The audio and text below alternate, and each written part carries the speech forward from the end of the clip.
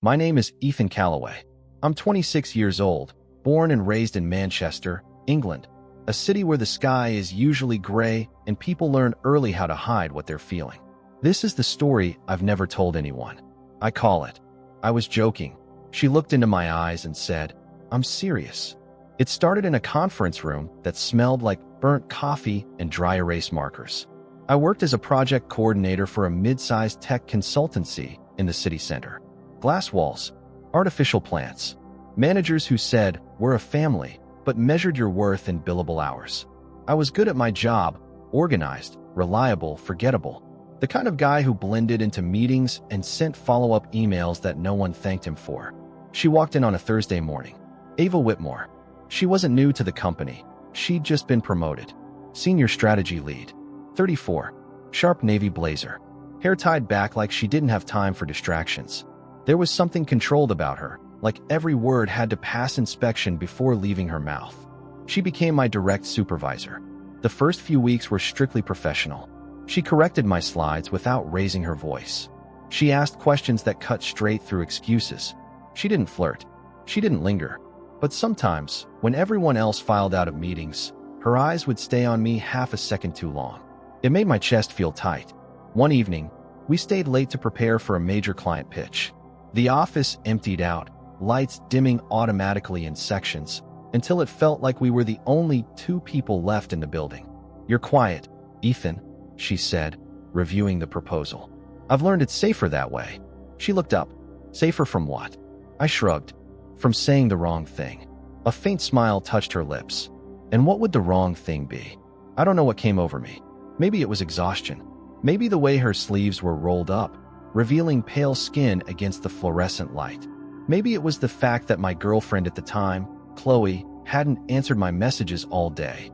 So I joked, like telling my boss she's intimidatingly beautiful and that working late with her feels like the beginning of a bad decision.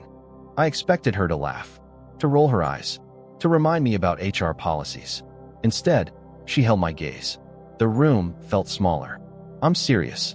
3 words. Calm. Steady. The air shifted.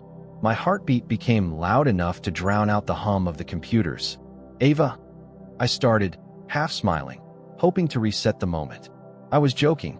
She stood, slowly, walking around the table until she was close enough that I could smell her perfume, something subtle and warm. I know, she said softly, but I'm not. And that was the moment everything tilted. Because desire is dangerous enough. But desire from someone who has more power than you. That's a fault line waiting to split. I should have stepped back. I had a girlfriend. She had a reputation. We had careers. Instead, I asked, since when? Her eyes darkened, not with lust exactly, but with something heavier. Since the day you defended me in that meeting, she said, when no one else did. I barely remembered it. A minor disagreement. I'd spoken up because she was right. You don't even know me? I whispered. She smiled, but there was sadness in it. You'd be surprised what I know. And that should have been my warning. Because what I didn't know, what I couldn't have imagined, was that Ava Whitmore wasn't just risking her job. She was running from something. The first rule of danger is this: it never announces itself loudly. It whispers. After that night, nothing visibly changed. In meetings, Ava was still composed. Professional. Precise. If anyone had walked past her office, they would have seen 2 colleagues discussing strategy, nothing more. But under the surface, something electric hummed between us. It started with small things. Her hand brushing mine when she passed a file. A message at 10:47 p.m. Did you get home safe?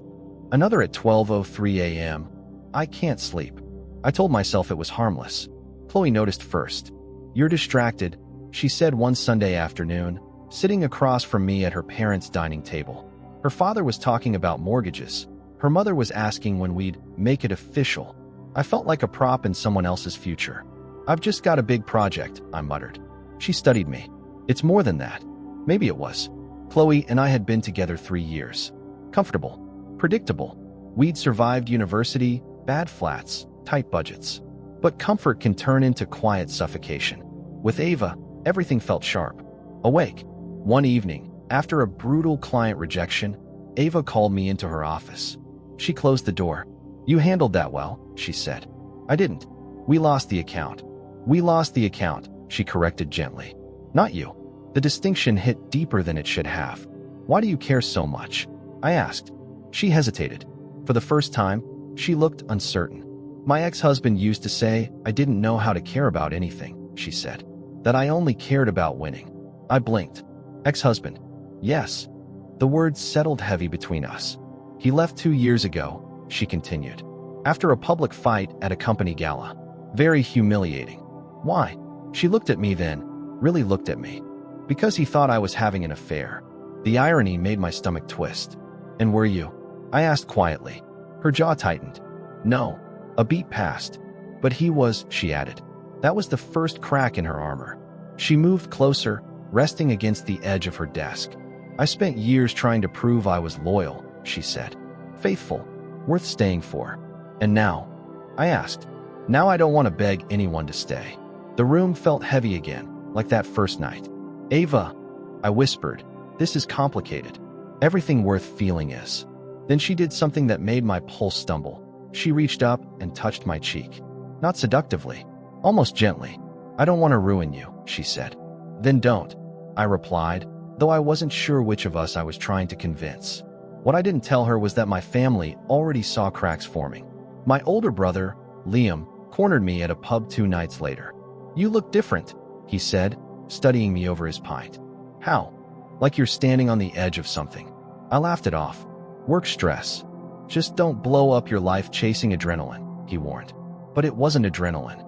It was intimacy, the kind that forms in stolen conversations, in shared glances across conference tables, in the silence after everyone else has gone home. Then the email came. Subject line, HR compliance review. My chest tightened as I read it. A formal complaint had been submitted. Anonymous. Allegations of inappropriate favoritism between a senior lead and a junior coordinator. My blood ran cold. There were no names listed. But we both knew. When I walked into Ava's office, she was already pale. They've scheduled interviews, she said quietly. Did someone see us? I asked. She shook her head. We haven't done anything. But that wasn't entirely true. Because emotional affairs don't need hotel rooms to be real. Was it your ex? I asked suddenly. Her expression flickered. You think he's still watching me? I don't know, I admitted. But someone does. The office suddenly felt less like glass and more like a cage. This could destroy your career, I said. And yours, she added. Silence. Then she looked at me with that same unwavering intensity from the night. I joked. Ethan, she said softly, if this blows up, would you still choose me? The question landed like a detonator. Because for the first time, it wasn't about stolen tension. It was about consequence. And I realized something terrifying. I didn't know if I was falling in love or being pulled into something far more dangerous. And somehow, without realizing it, I had just stepped directly into it. The HR interview lasted 42 minutes. I counted. The woman across from me had kind eyes and a voice that sounded trained to stay neutral. She asked about boundaries, professional conduct, late nights, messaging outside of work hours. Has there been any relationship of a romantic or inappropriate nature between you and Ms. Whitmore? My throat felt dry. No, I said. It wasn't entirely a lie. There had been no kisses, no hotel rooms, no physical proof. But the truth sat heavier than that. Afterward, Ava and I didn't speak for 2 days. Not because we were told not to, no one had explicitly said that. But something fragile had cracked. The thrill had turned into risk. The risk into fear. Then Chloe found the messages. I'd left my phone on the kitchen counter while I showered. When I came out, she was sitting on the bed, holding it. Not crying, not yelling, just still. Do you love her? She asked. The question sliced cleaner than anger ever could. It's not like that, I said automatically. She gave a hollow laugh. You don't text someone at midnight because it's not like that. I tried to explain the pressure at work, the connection, the way Ava understood parts of me I hadn't realized were starving. But explanations are just rearranged confessions. I was planning a future with you, Chloe said softly, and you were emotionally somewhere else. I didn't argue, because she was right. That night, she packed a bag. Not dramatically, just decisively. As the door clicked shut behind her, the flat felt too quiet. For the first time, the adrenaline was gone. All that remained was consequence. The next morning, Ava asked to see me. She looked exhausted, like someone who hadn't slept in days. My ex filed the complaint, she said. He has a friend in the company. I confirmed it. Why? I asked. Because he can't stand the idea of me moving on. And are you? I asked carefully. She looked at me, really looked at me. I thought I was, she said. The words landed strangely. Thought. She stepped closer, but this time there was no charged electricity. Only honesty. Ethan, when you joked that night, I realized I wanted to feel wanted again. Not admired. Not respected. Wanted. My chest tightened. And I did want you, she continued. But I also wanted what you represented. Youth. Fresh starts. A second chance at a story I thought I'd ruined. I swallowed. So what am I? You're not a symbol, she said gently. You're a person, and you deserve someone who chooses you without shadows attached. The HR investigation concluded a week later. Insufficient evidence. No formal action. But the damage had already been done. Chloe didn't come back. Ava requested a transfer to another branch in London. On her last day, she stopped by my desk. No one else was around. You were never a mistake, she said quietly. Neither were you, I replied. For a moment, it felt like the first night all over again, suspended in possibility. But this time, we both stepped back. I was joking, I said softly, almost to myself. She held my gaze, just like before. I know, she replied. But neither of us smiled. She walked away without touching me. And somehow, that hurt more than if she had. It's been almost a year now. I moved apartments. I started therapy. I've had to sit with uncomfortable truths about myself. Here's what I learned.